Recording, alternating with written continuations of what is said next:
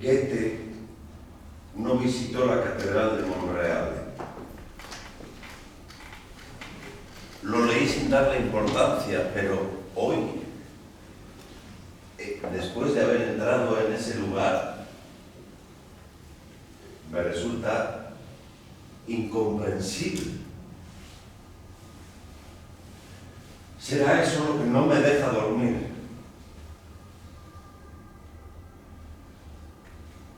El otro pasajero con el que comparto camarote, si duerme o finge hacerlo.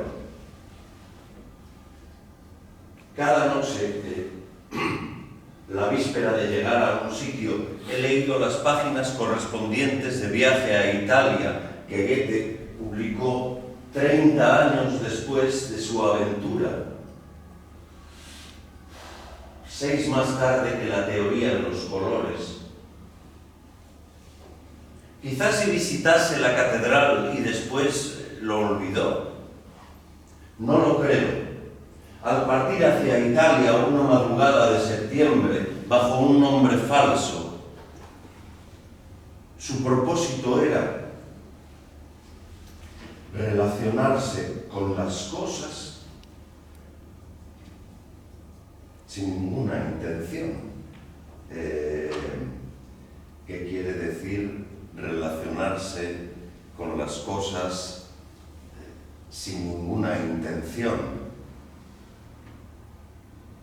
Goethe se relacionó con muchas durante los 20 meses de aquel viaje que emprendió para evitar darse muerte, que transformó su espíritu. Y con su espíritu, el de Europa, con su espíritu, el de Europa, entró a la península por Trento. En Venecia le escandalizó la suciedad, apreció la limpieza de Nápoles, donde tomó una fragata hacia Sicilia, hacia Palermo, la capital de los sicilianos, que también le pareció sucia.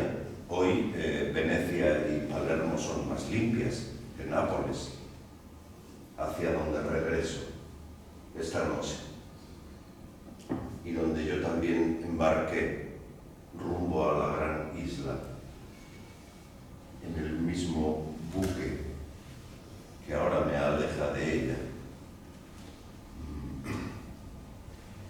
Goethe pasó 2 semanas en Palermo, a solo 8 kilómetros de Monreale. En la única ocasión en la que se desplazó hasta Monreale, bajo el nombre de Philip Müller, porque no quería ser identificado como el autor de Werther.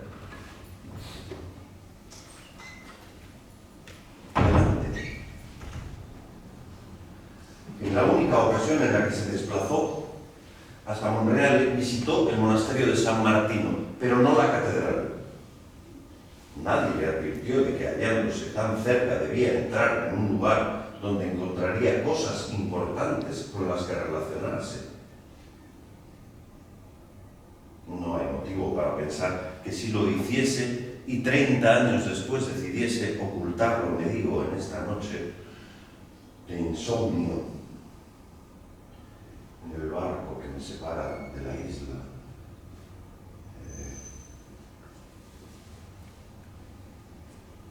también yo salí una madrugada sin que nadie lo supiese.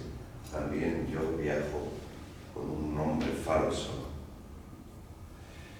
He conseguido yo relacionarme con las cosas sin ninguna intención. Conseguiría dormir si supiese qué es lo que me quita el sueño. Y vosotros, donde quiera que estéis, ¿sabéis vosotros qué es lo que os quita el sueño?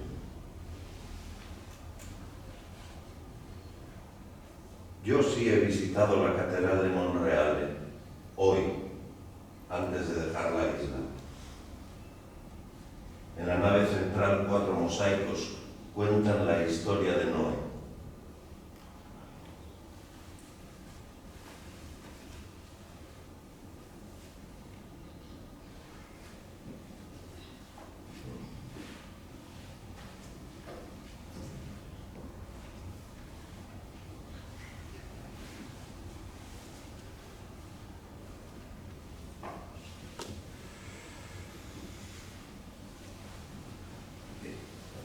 No, quería decir, no tomé buenas fotos, no soy buen fotógrafo, ni siquiera disparé,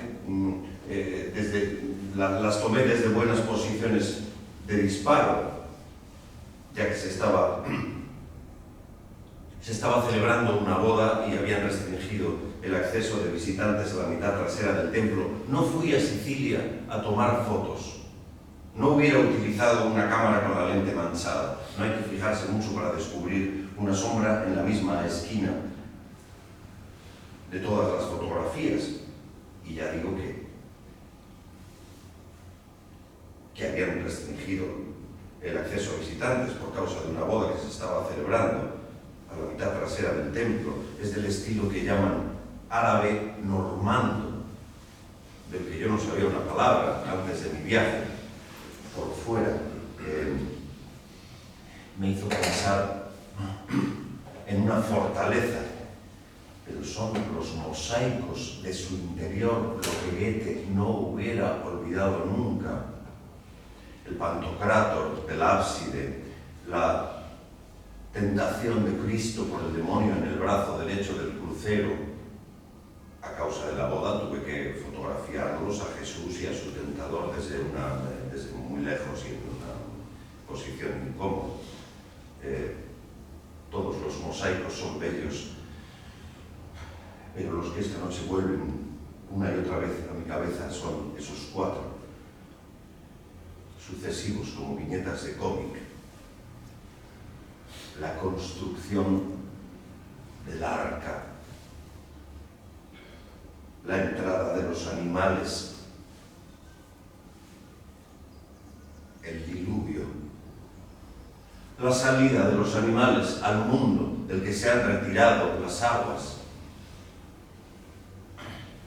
¿Dónde he visto otro barco del que entraban y salían animales?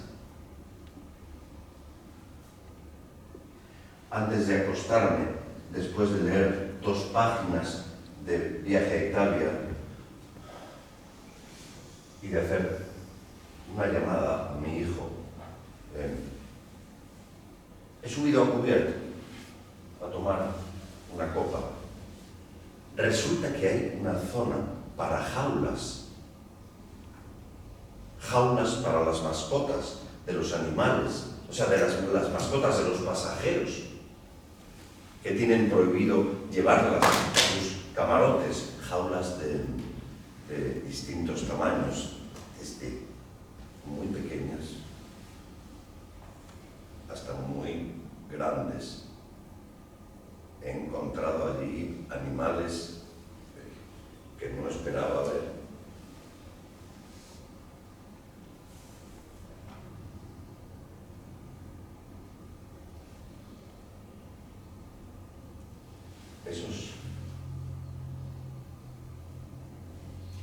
Esos ronquidos vienen de cubierta o de mi insomnio.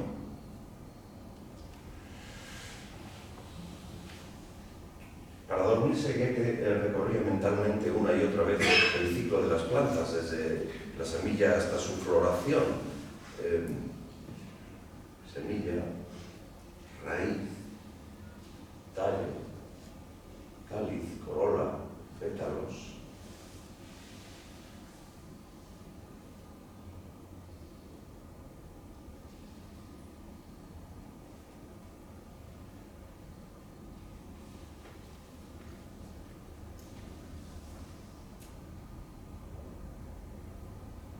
Había jaulas en el arca de Noé.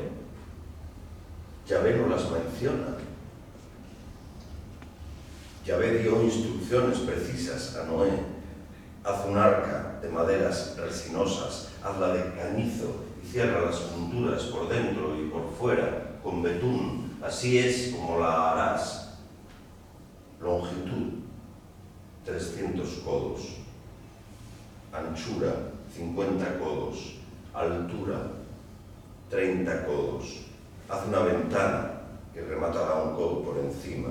Pon la puerta a un costado y haz un primer piso, un segundo y un tercero. Ni una palabra sobre jaulas. ¿Dónde he visto otros animales que entraban y salían de un barco?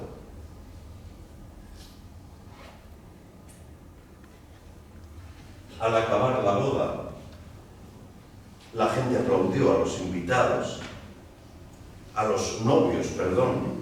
Primero sus invitados, después los turistas, también yo aplaudí. Todos deseábamos su felicidad.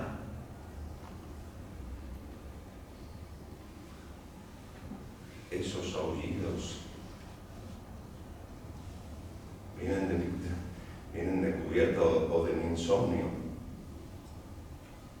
¿Los oís vosotros? Esos aullidos en vuestro insomnio. Ya sé, fue en la villa romana de Casale. También allí vi animales entrando y saliendo de un barco.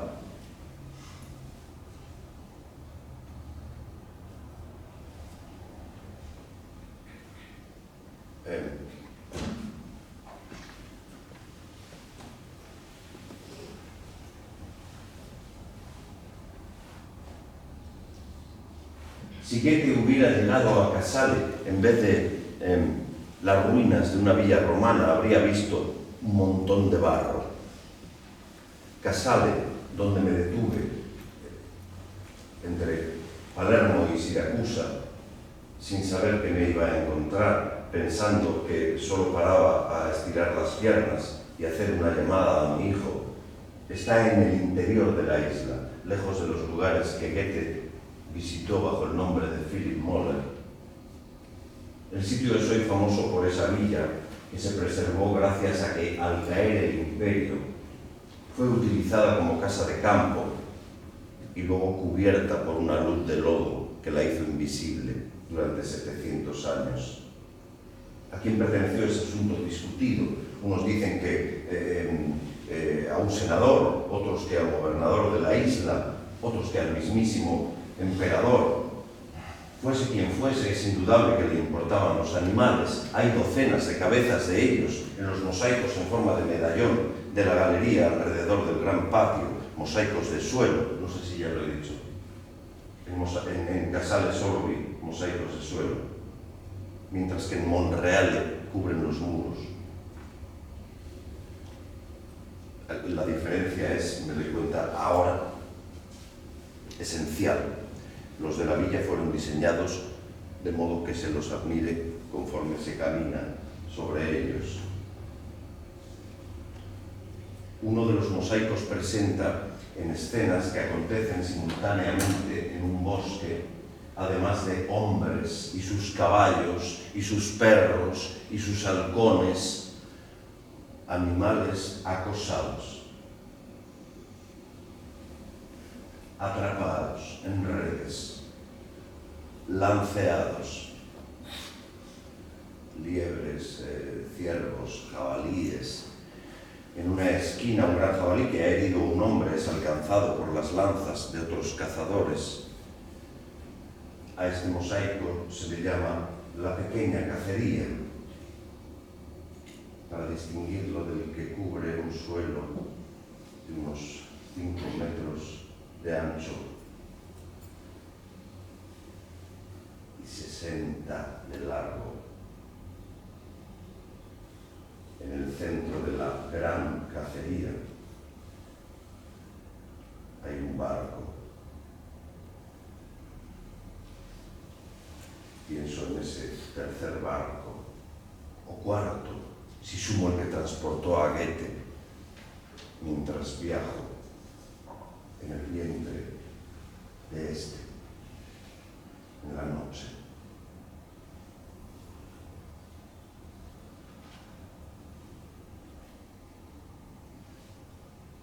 Llueve ahí fuera, o en mi insomnio.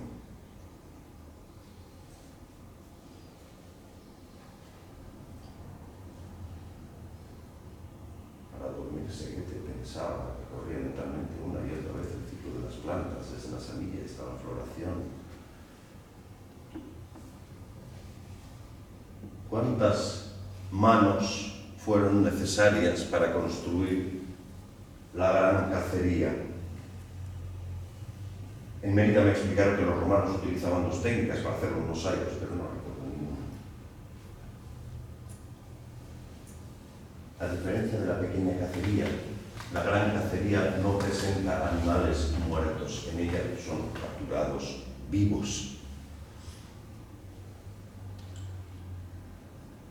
Para lo cual los cazadores recurren tanto al engaño como a la fuerza. Dos atrapan una cría de tigre, mientras otro pone delante de la madre un espejo para que ésta retroceda asustada por su propia imagen. El destino de la cría atrapada, como el de todos los animales atrapados, es el barco que está en el centro del mosaico.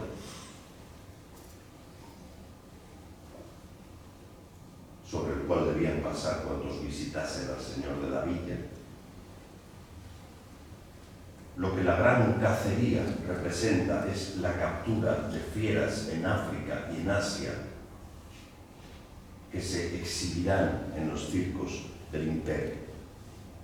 Serían llevadas a Roma y después distribuidas, esta para Agrigentum, esta para Augusta Emérita, las mejores para el Coliseo. ¿Qué sentirían los espectadores? ¿Qué sentirías tú al ver aparecer sobre la arena un animal nunca antes visto?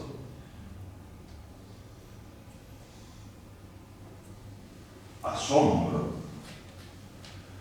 miedo, la potencia de Roma. Roma puede llegar a todas las tierras y de todas traerse a sus bestias. Lo que la gran cacería representa es el poder de Roma.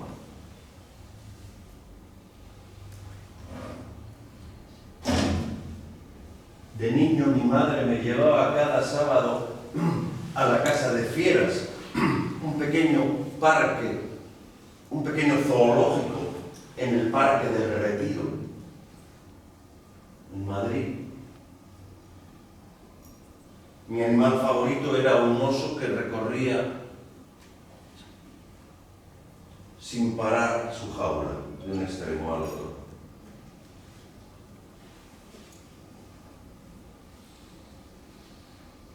¿Cuánto duraría el viaje desde las costas de África o Asia? El pequeño tigre crecerá a lo largo del viaje, será una gran bestia cuando lo desembarquen, saltará a la arena como signo del poder de Roma. Ninguno de los humanos de la gran cacería parecen africanos o asiáticos. No creo que lo sea ese cuyo rostro insiste en volver a mi memoria un hombre al que otro amenaza con un látigo.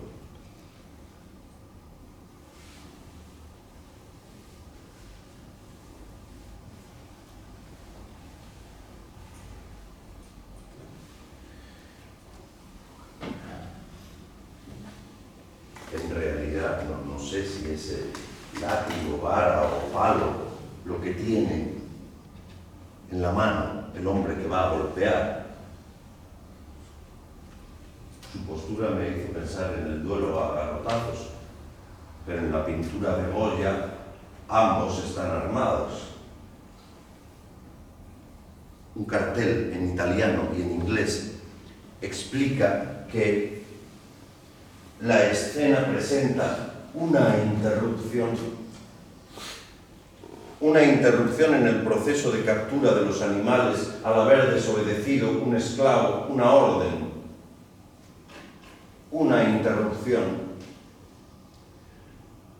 Me pregunto, ¿en qué se basó el autor del cartel para deducir que el golpeado es un esclavo? Una interrupción. Salvo esa escena en el mosaico, todo parece funcionar como una máquina. Al que golpea, el autor del mosaico no le dio rostro de malvado, no parece gozar con el sufrimiento del otro, solo cumplir con su deber. Quizás sea un funcionario preocupado por acabar a tiempo su misión más importante que su propia vida. Quizá ambos, el que lanza el golpe y el que va a recibirlo, sin apartar la mirada, sean especialistas en esa forma de caza que excluye la muerte y evita la sangre. Es un trabajo más difícil que capturarlos vivos y conducirlos hasta Roma, dejando intacta su fuerza y su belleza.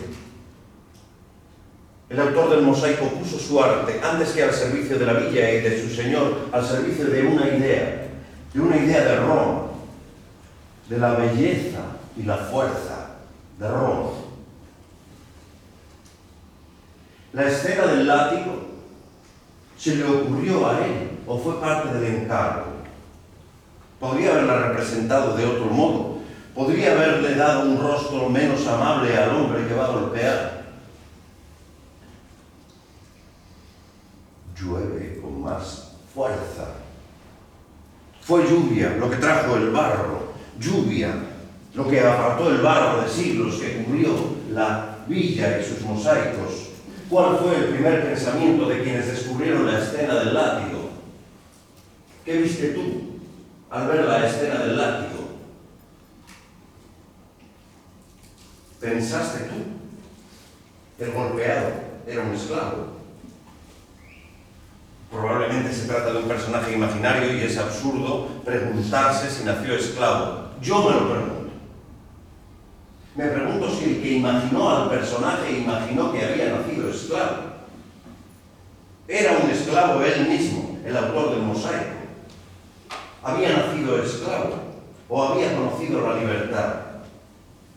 Quizá había sido libre hasta la derrota de su pueblo, que lo convirtió en botín de guerra. Quizá ese hombre, el autor del mosaico, había sido educado, sabía griego, había leído a Platón, o quizá nunca había sido dueño de nada, ni siquiera de sus manos. Si el hombre que va a ser golpeado nunca ha sido dueño de nada, ni siquiera de sus manos, ¿por qué mira así al hombre que lo va a golpear? ¿Por qué no baja la cabeza? ¿Habría jaulas en el barco para esclavos indóciles? ¿Cuánto duraría el viaje? ¿Cuántas noches? ¿Comería el esclavo lo que el hombre del látigo o con los animales? ¿Había jaulas en el arca? ¿Cómo evitó Noé que los fuertes devorasen a los débiles? ¿Cómo sería el sonido del arca? El sonido de miles de animales, grandes y pequeños, enormes y minúsculos, miles de animales insomnes alrededor de Noé.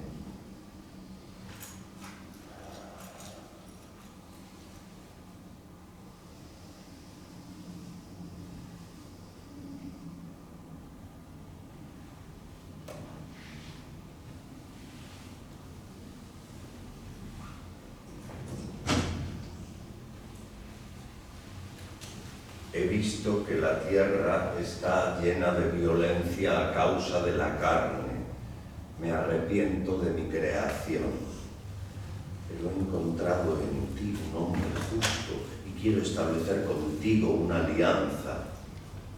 Yahvé, que nunca duerme, solo a Noé reveló su plan y qué parte del trabajo se había reservado. Entrarás con tu mujer y tus hijos y las mujeres de tus hijos y una pareja, macho y hembra, de cada especie de ganado, de cada especie de ave, de cada especie de serpiente. Yo traeré las aguas y exterminaré toda la carne que tiene hálito de vida bajo el cielo. Cuanto existe en la tierra perecerá.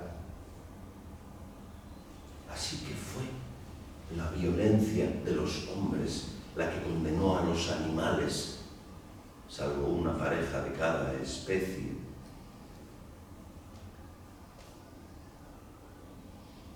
Esos aullidos vienen de cubierta o de mi corazón. Están dentro o fuera de mí. ¿Cómo puede alguien dormir tranquilo?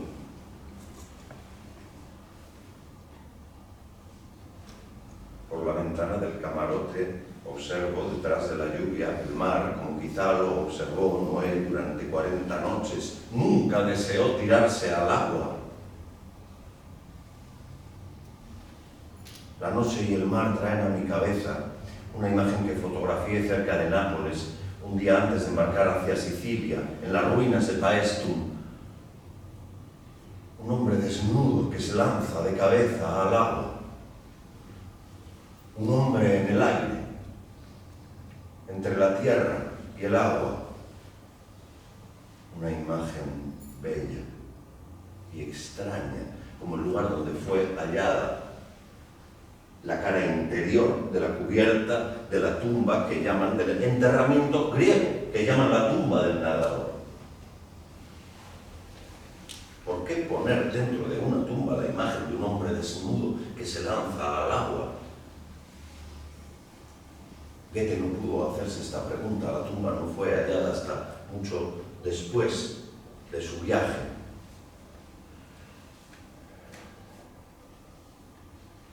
A través de la noche y de la lluvia veo, o creo ver, otros barcos. Pienso en la casa en la que me alojé en Siracusa, donde tras leer 2 páginas de Viaje a Italia y de hacer una llamada a mi hijo, maté algunas horas hojeando los libros que guardaban en 3 baldas para el entretenimiento de los huéspedes, probablemente abandonados allí por otros huéspedes, rodeado de novelas policíacas. Me esperaba un ejemplar ilustrado de la Divina Comedia, cuyo primer dibujo me hizo acordar que el poema empieza en un encuentro del poeta con unos animales extraviados en una oscura selva. En la mitad de la vida le salen al paso la soberbia, la lujuria y la codicia, encarnadas por un león, una pantera y una loba. «Todos vienen aquí», dijo, sacándome de la lectura, la dueña de la casa. «Todos vienen aquí», repitió, mirando el mar por el que navego. Se refería a los africanos y asiáticos que llegan en botes a la isla. «Todos vienen aquí». ¿Cómo puede alguien dormir tranquilo? Platón, que viajó 3 veces desde Atenas a Sicilia, 3 veces, tan fácil era viajar en el siglo IV a.C. En uno de los viajes fue capturado por unos piratas que lo vendieron como esclavo, al menos eso cuenta en su carta 7ª, que algunos consideran una falsificación, un simulacro. Eso es, según ellos, la carta, una broma, a costa del filósofo que dijo que vivimos confundiendo las cosas con sus sombras. ¿Qué pensaba Platón de los animales? Solo recuerdo unos caballos alados. En la gran cacería, además de animales de este mundo, hay un grifo, ese ser compuesto de águila y león. Compuesto de hombre y fiera, dice de sí mismo Segismundo. Y pienso en las noches de insomnio de esa criatura, a la que su padre confundió hasta que no pudo separar el sueño de la vigilia. En el arca, quizá algunos fueron conducidos engañados o drogados o por la fuerza. Quizá otros fueron rechazados. ¿Cómo pudo Noé contener a los animales y humanos que, alarmados por los indicios de que se acercaba una catástrofe, intentaron asaltar la nave? ¿Cómo hizo la selección? Tú entras, tú no. Selección es una palabra común en los relatos de los supervivientes. Al bajar del tren, tras separar a mujeres y hombres, los iban poniendo en dos filas, izquierda, derecha. Si te tocaba la derecha, aún tenías una oportunidad. Todo había de funcionar como una máquina. Cualquier interrupción era castigada. En los campos donde había gente de toda Europa, al látigo lo llamaban el traductor, porque su idioma era entendido por todos.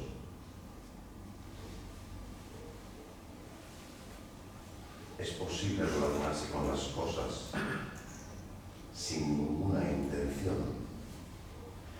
Es posible relacionarse con las palabras sin ninguna intención.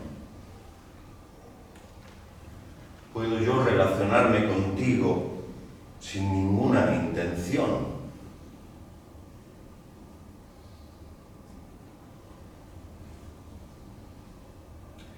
En Casale hay dos estancias, quizá de los hijos del dueño, cuyos mosaicos representan a niños jugando. En uno de los mosaicos los niños juegan a cazadores, en el otro a actores. Jugar a la caza y al teatro formaría parte de su educación como amos del mundo. Jugarían también al amo y el esclavo.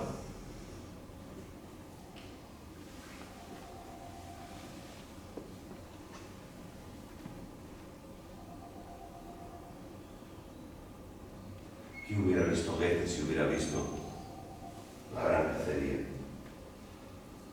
La gran cacería podría llamarse vaciamiento de África y Asia o triunfo de Europa. Todos vienen aquí.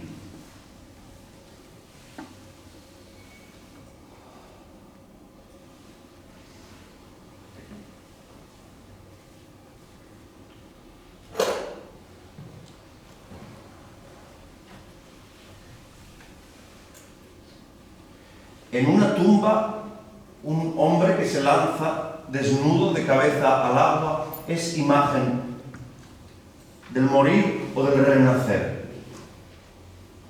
O es solo lo que parece, un hombre que se lanza al agua, alguien que se lanza al agua hacia algún lugar donde nadie lo conozca, donde empezar de nuevo con otro nombre, donde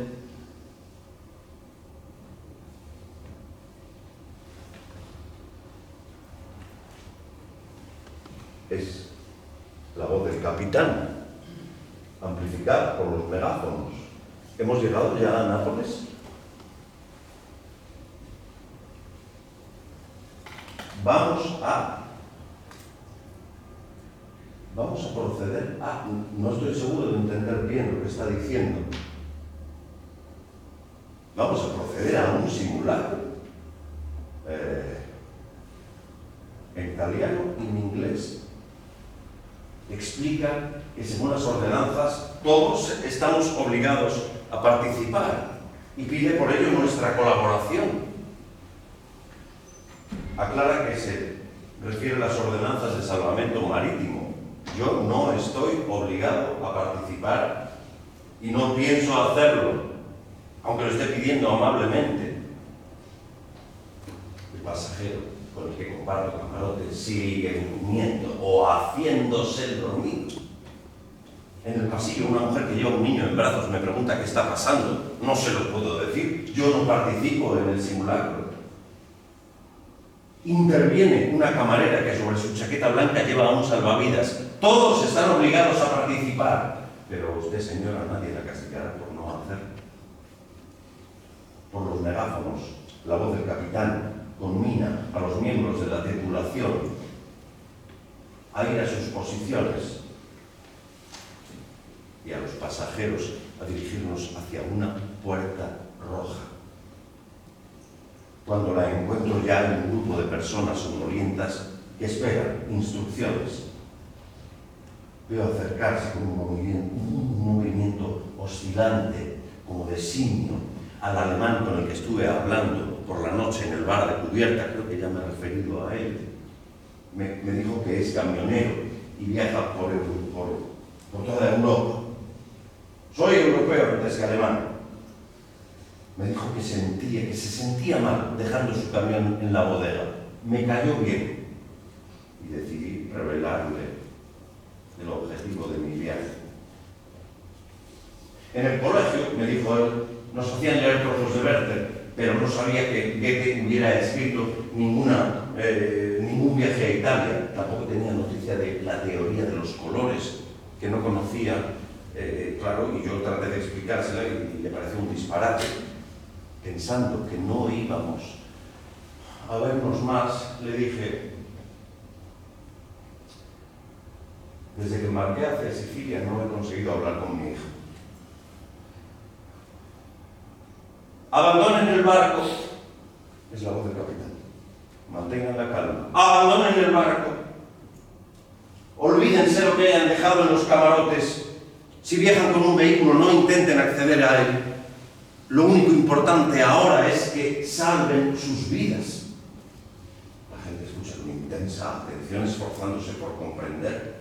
Los servicios de bar y restaurante quedan suspendidos durante el simulacro. Abandonen el barco. Pónganse en fila, mirando hacia la puerta roja. Abandonen. La voz del capitán se interrumpe de repente. Nos miramos unos a otros, confundidos. Los rostros de algunos recuerdan a animales. La mujer con el niño en brazos parece una lechuza. La camarera nos reordena en la fila, no sé con qué criterio. La gente asume las instrucciones con disciplina. Oigo en distintos idiomas la palabra simulacro. Sigue lloviendo ahí fuera. ¿Qué estará pasando en la zona de cubierta asignada a las mascotas? ¿Participarán también ellas en el simulacro? ¿Qué es un simulacro?, pregunta una niña a su padre. ¿Qué hora es? ¿No deberíamos haber llegado ya?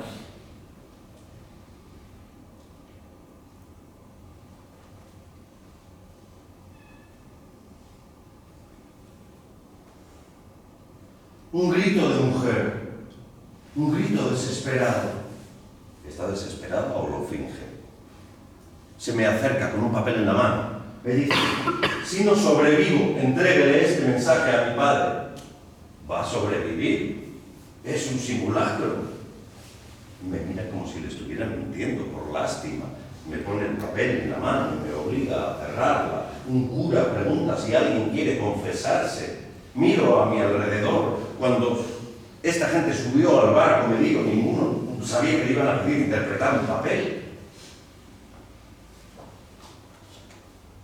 ¿Cuánto tiempo hace que no oímos la voz del capitán? Noto que el alemán empieza a perder la paciencia. Papá, que es un simulacro.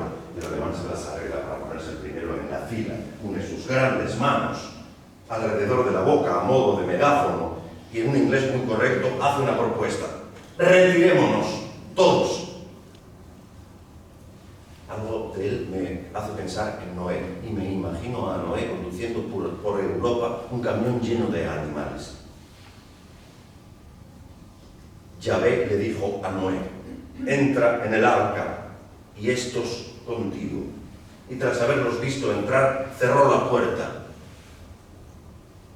Y está escrito que se rompieron todas las fuentes del gran abismo y el cielo, las compuertas del cielo descargaron lluvia durante 40 días y 40 noches. Pero hubo realmente un diluvio. ¿Qué evidencia tenemos? Aparte del testimonio de Noé, que tenía fama de borrachín. ¿Qué vio Noé realmente por la ventana? Cuando Yahvé abrió la puerta 40 días y 40 noches después, ¿qué se encontraron ahí fuera? ¿Qué había sucedido ahí fuera realmente? ¿Y si el diluvio fue solo un simulacro?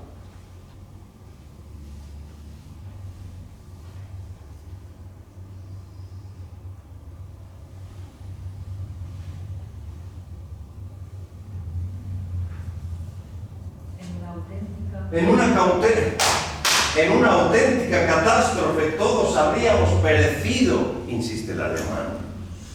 Retirémonos todos.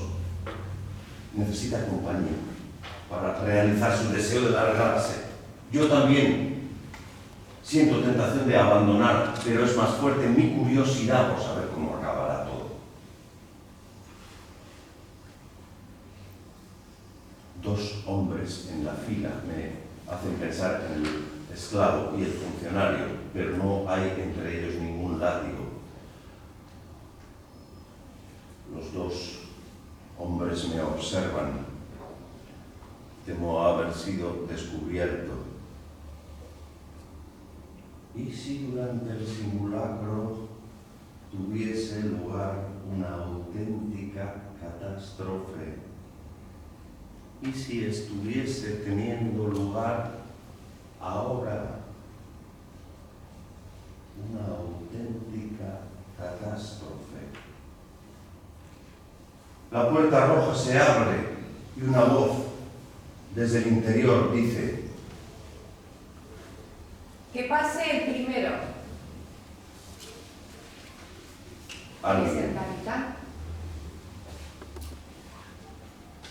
Ha entrado alguien con movimiento oscilante como de simio. Amigo, necesito bajar a la bodega. El oso no te ha dicho que sea tu amigo ni que lo puedas tutear. ¿Eres el capitán? ¿Es esto parte del simulacro? ¿Vosotros sois parte del simulacro? Al tigre le hablas de usted, ¿de acuerdo? Y no muevas el culo de ahí. ¿Qué haces en esta nave? ¿Qué quiere usted que haga? Pues matar el tiempo mientras me lleva. ¿Dónde? ¿A dónde va a ser? A Nápoles. ¿Qué vas a hacer en Nápoles? Subirme a mi camión y alejarme de este puto barco cuanto antes. Tu camión te espera en Nápoles. Mi camión me espera en la bodega y yo tengo que bajar a ver si todo está bien. ¿Cómo te llamas? Moller, Philip Moller. Ese nombre aparece en la lista 2 veces. Puedes probar que eres un Philip Moller. Mi pasaporte está en la guantera, que está en el camión, está en la bodega. También tendrás que aprender a conducir camiones. En la guantera. Voy a bajar a echar un vistazo. Necesito comprobar que la carga está bien. Soy el responsable. ¿Y mercancía? Eso no lo puedo decir. ¿No serán animales? En mi contrato está que debo guardar el secreto sobre la carga, pero todo es legal. ¿Quieres decir que si se trata de animales no son clandestinos? Yo no he dicho eso. Me parece que vamos a tener que abrir tu camión. Nadie más que yo puede abrir el camión. Si el capitán no aparece pronto, tenemos que abrir tu camión. ¿Crees que podrías conducir un barco, Philip Moller? No. Entonces vas a tener que ayudarnos a encontrar al capitán. Necesitamos a alguien que lo conduzca y lo necesitamos ya. He visto a alguien que ha saltado al agua. Espero que no fuese el capitán. Un uniformado. No, alguien desnudo. Más te vale que ese que ha saltado no sea el capitán. Podemos estrellarnos. Por otro lado, te conviene que lleguemos a tierra cuanto antes. ¿Sabes cuánta carne necesita un tigre cada día? Más te vale que el capitán esté escondido o suplantando a alguien. Por ejemplo, a Philip Muller. El Philip Muller soy yo. Al menos uno de ellos. Al menos uno de ellos. Puede ser. ¿Puedes probar que no eres el capitán? Bueno, cualquiera se daría cuenta de eso. Vamos a bajar tú y yo juntos a la bodega Philip Muller. Y vamos a abrir tu camión si es que tienes un camión. Cuéntanos, ¿qué vida llevas en tierra? Mi vida en la carretera. Fuera de ella me siento extranjero. Hago los descansos que exige el reglamento. Ni uno más. Podemos conducir hasta 9 horas al día. 10, dos veces por semana. Cada 4 horas y media, lo quieras o no, tienes que hacer un descanso de 45 minutos y cada día un descanso de 11 horas ininterrumpidas. De verdad, no tenemos capitán. ¿Se sabe el reglamento de descansos? Sí, se sabe el reglamento de descansos, pero eso no prueba nada. Eres feliz en tu camión, Philip Muller, pero ¿qué haces cuando te entras en una ambulancia? Bueno, tenemos trucos para eso, pensar en cosas que nos excitan. Si tienes una erección, te duermes, por ejemplo. ¿Sí? Bueno, probadlo. No os vais a dormir. No se van a dormir, perdón. Vuelve a tu camarote y espera instrucciones. Estate atento a los megáfonos. ¿Nos haces el favor de decir al siguiente qué pasa? ¿Puedo bajar a la bodega? Cuando eso sea posible te lo haremos saber. El alemán sale. ¿Qué hacemos si se ha tirado el capitán? El alemán vuelve a entrar. ¿Cuándo voy a poder bajar? ¡Cállate! El alemán sale. Entra un hombre enmascarado. ¿Eres el capitán? ¿No? No se te entiende. Haz el favor de quitarte esa máscara del tigre. Se la quita. Disculpa que te miremos así. No soy el capitán. Disculpa que te miremos así. Nos recuerdas mucho a que acaba de estar aquí. En general nos cuesta distinguirnos. Para nosotros todos sois más o menos el mismo. Igual que para vosotros todos los tigres somos más o menos el mismo tigre y todos los osos más o menos el mismo oso. ¿Cuál es tu nombre? Moll, Philip Moll. Ese nombre aparece en la lista 2 veces. ¿Qué lista? La de pasajeros. Soy un pasajero. 2 veces. 2 veces. ¿Qué clase de pasajero eres, Philip Muller? Regreso al continente. He estado 3 semanas en Sicilia. ¿Por qué has participado en el simulacro? ¿Estabas obligado a ello? El simulacro me sorprendió durante el baile de máscaras y actué pensando que formaba parte de la fiesta. Ahora entiendo que va en serio y colaboro con mucho gusto. Y cuéntanos, ¿qué has hecho en Sicilia? Ver qué puedo venderles y qué puedo comprarles. Soy comerciante. ¿Visitaste la catedral de Montreal? No, en Montreal visité el monasterio de San Martín, pero no la catedral. Te hemos estado observando, Philip Muller. Vamos a tener que entrar en tu camarote y registrarlo. Perdón, han entrado en mi camarote. ¿Tienen derecho a eso? No, no tenemos derecho, pero hemos encontrado esto. Le enseñan un prisma. Estaba debajo de tu almohada. ¿Qué es? ¿Un prisma? ¿Y qué haces? ¿Qué haces? ¿Te entretienes con esto cuando no puedes dormir? No, cuando no puedo dormir pienso en el ciclo de las plantas, pero no me preocupa si no me duermo enseguida. Los insomnios se dan demasiada importancia. Hasta los dioses padecen insomnio, según Homero. ¿Quién puede dormir hoy en día? No creemos que seas un comerciante. Soy comerciante. No eres un comerciante, Philip. Si es que te llamas Philip. Vamos a subir al puente de mando y vas a coger el timón. Me rindo, soy poeta. Bueno, pueden, por favor, puede quedar entre nosotros. Así que eres un poeta que se hace pasar por comerciante. Eso. Vale, ¿y quién me dice a mí que no eres un capitán que se hace pasar por poeta, que se hace pasar por comerciante? Preferiría ser el capitán, pero soy el que soy. ¿Cuál es tu nombre, poeta? Johann W. La W es de Wolfgang, pero prefiero ocultarlo. No me extraña. No me extrañas. ¿Viajas siempre con apellido falso? escrito una novela que se ha leído en toda Europa y no quiero, cuando me cruce con alguien, que me trate como el autor de esas famosas palabras. No quiero ser el autor de esas palabras. Preferiría que me conociesen por mis acuarelas. Deberíamos hablar menos y pintar más. Por mí podíamos renunciar a las palabras y entendernos pintando. ¿Qué has hecho realmente en Sicilia, Johann W. Goethe? Intentar relacionarme con las cosas sin ninguna intención. También he investigado sobre los colores.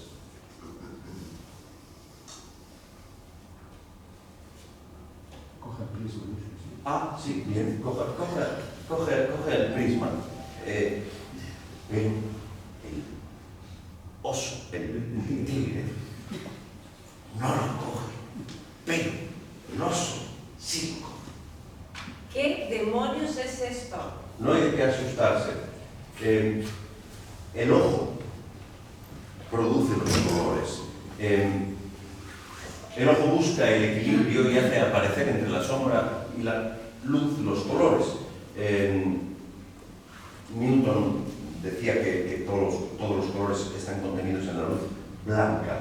En realidad son un fenómeno de nuestro interior. Eso explica la influencia de las emociones en los colores y de los colores en las emociones. ¿Por qué un color nos provoca tristeza o alegría y al revés? ¿Por qué nos fijamos en un color o en otro según estemos tristes o alegres? Si esta habitación fuese roja, o si viésemos las cosas a través de unas gafas azules, viviríamos esta situación de una manera distinta. Del mismo modo, una planta crece de forma diferente si lo hace bajo una luz roja o bajo una luz azul. Todas las plantas, en el fondo, pienso, son la misma. Todos los seres somos el mismo. ¿Qué te parece mi color? Es el más cercano a la luz.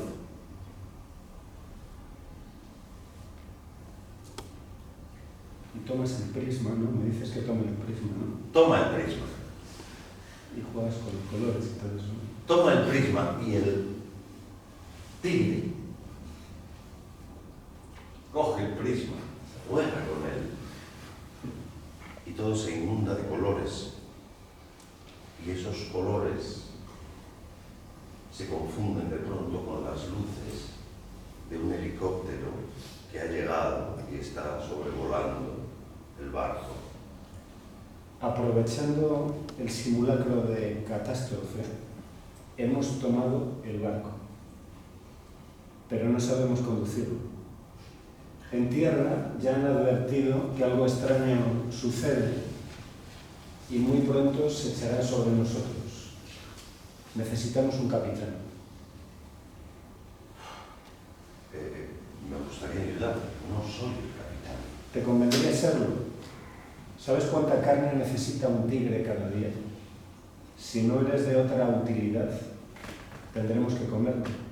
Quiero ser útil, pero no soy el capitán. Esto de las palabras es nuevo para nosotros. Nos resulta difícil hacernos entender, lo que puede costarnos muy caro. Tú puedes ayudarnos con eso, poeta. Tú puedes enseñarnos a expresar lo que queremos a esos que vienen a por nosotros. Es verdad que conservo ciertas habilidades lingüísticas, pero he decidido mantenerme fuera de las palabras. No queremos haceros daño, poeta.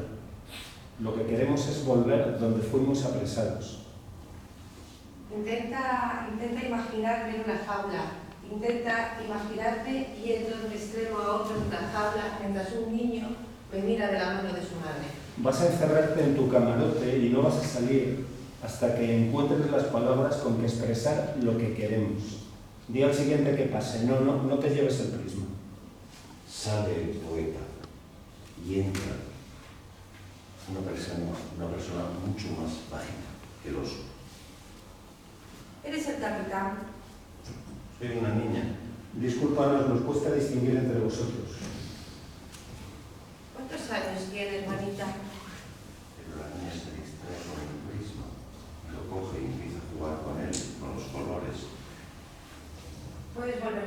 nada, nena. Ya te llamaremos para que vengas a jugar. Permanece atenta a megafonía. Y ahí ya vendrás a jugar. La niña deja el prisma, sale y entra otra persona que lleva sobre su chaqueta blanca un salvavidas. ¿Eres el capitán? Me hago cargo del bar de cubierta y el restaurante por turnos. Palermo, Nápoles, me toca el bar de cubierta. Nápoles, Palermo, el restaurante. Son dos trabajos muy distintos y muy importantes. El problema en el bar son los borrachos. En el restaurante, los niños mimados. Cada vez hay más niños mimados. Durante los simulacros me encargo de la puerta roja. Los simulacros sacan lo peor y lo mejor de cada persona. Supongo que conocerás a toda la gente de este barco. Acabas conociendo a mucha gente, eso es verdad. Háblanos del capitán. No lo conozco, nunca lo he visto. Solo conozco su voz. En italiano y en inglés. Puedes irte, pero aún no abras el bar. Día siguiente que pase. Sale la camarera y entra alguien cantando.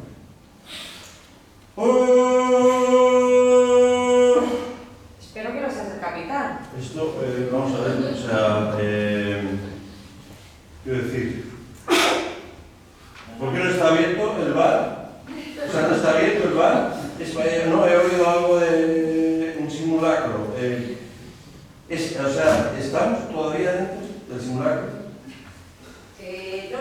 No te duermas, ¿eh? Ve a tu camarote si eres capaz de encontrarlo. Y espera instrucciones. Es que Y dile al siguiente que pase. En la cocina. Oh.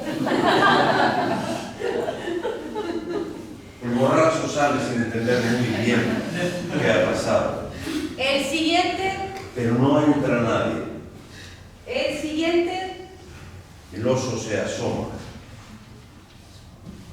Tú, pasa. Y entro yo. Y el oso me mira fijamente. Y me pregunto si es posible que después de tanto tiempo pueda recordarme. ¿Qué tienes en la mano? Perdón,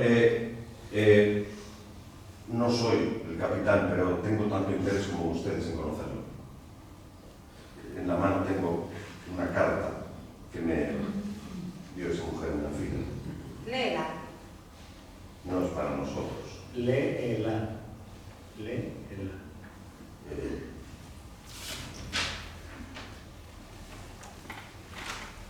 Querido padre, ojalá esta carta lo halle bien. Yo estoy en medio de una catástrofe. Probablemente no volveremos a vernos. No puedo, llegada a esta hora, seguir escondiéndome detrás de las palabras. No puedo seguir encadenando palabras para evitar decir lo que necesito decir, lo que debería haberle dicho desde hace años. No es el momento. Háblanos de ti.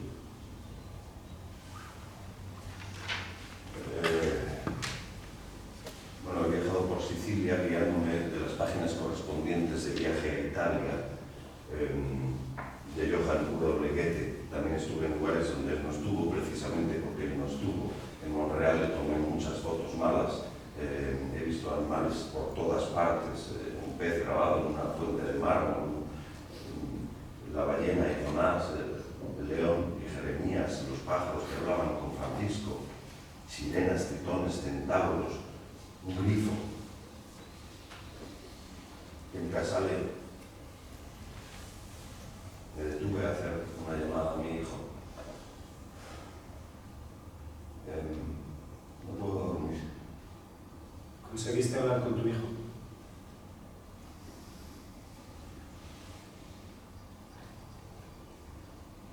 ¿Por qué en vez de estar con tu hijo sigues a ese Goethe? ¿Es tan buen poeta? Se pasó media vida, la mitad de una vida muy larga, pensando sobre los colores. Hizo una teoría alternativa a la de Newton. Contra ella no lo comprendo.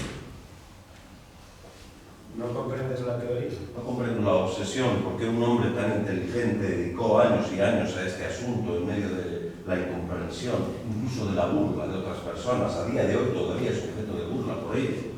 Las sombras, los brillos, el arco iris, todo eso le fascinaba. Donde acaba un color y empieza otro, el gris, el misterio del gris. No comprendo la obsesión y tampoco la teoría. Hablar con un hijo es lo más difícil del mundo. ¿Oyes esos helicópteros?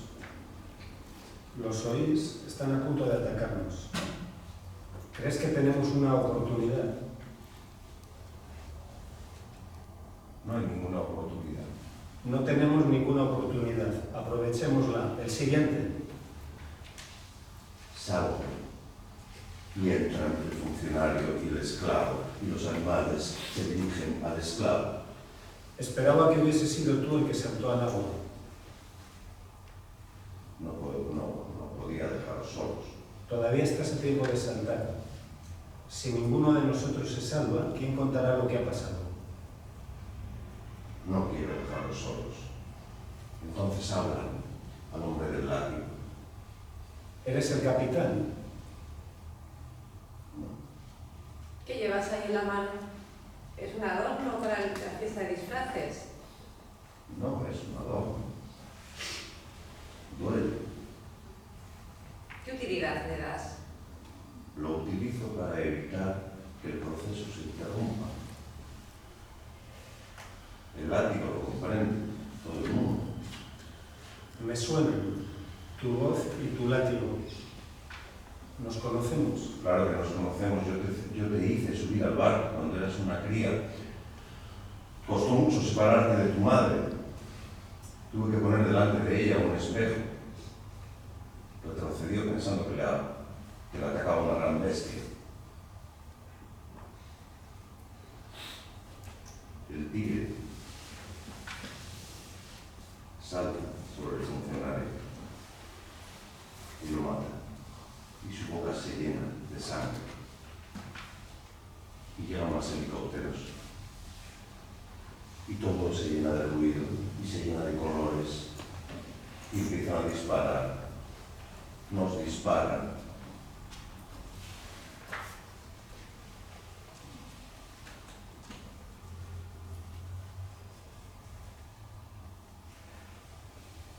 El simulacro ha terminado. Ruego a los miembros de la tripulación que vuelvan a sus puestos. El bar y el restaurante deben abrir de forma inmediata. Señoras y señores pasajeros, retírense ordenadamente. Si salen a cubierta verán el mar en calma. Confíen en la palabra de su capitán. Es la voz del capitán. O de alguien que imita al capitán. Esa voz que se parece a la del capitán me sigue por el pasillo, excusándose por las molestias causadas. Explica que no ha actuado por iniciativa propia, sino obedeciendo las ordenanzas de salvamento marítimo. Alguien grita que durante el simulacro han entrado en su camarote y le han robado un reloj de gran valor. En la mano izquierda todavía llevo la carta que debo entregar al padre de la mujer desesperada. Subo 1, 2, 3 escaleras y salgo a cubierta.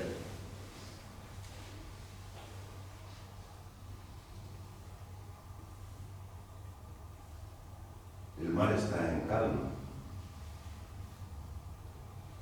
O lo finge.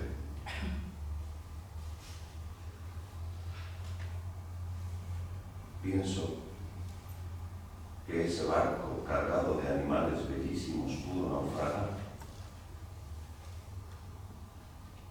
Pienso que en el fondo del océano debe haber esqueletos de animales bellísimos y que un tiburón está mirando el cuerno de un rinoceronte. Pienso en los animales del arca en medio del diluvio. Pienso en los animales capturados por Roma en medio del naufragio. Quizá por unos instantes, solo por unos instantes, el naufragio les devolvió la libertad. Quizá la tormenta abrió sus jaulas y tomaron el barco. O quizá las abrió el esclavo, sabiéndolo todo perdido. Quizá el esclavo y el hombre del látigo se encontraron en mitad de la catástrofe, pero el esclavo tuvo tiempo de quitarse la ropa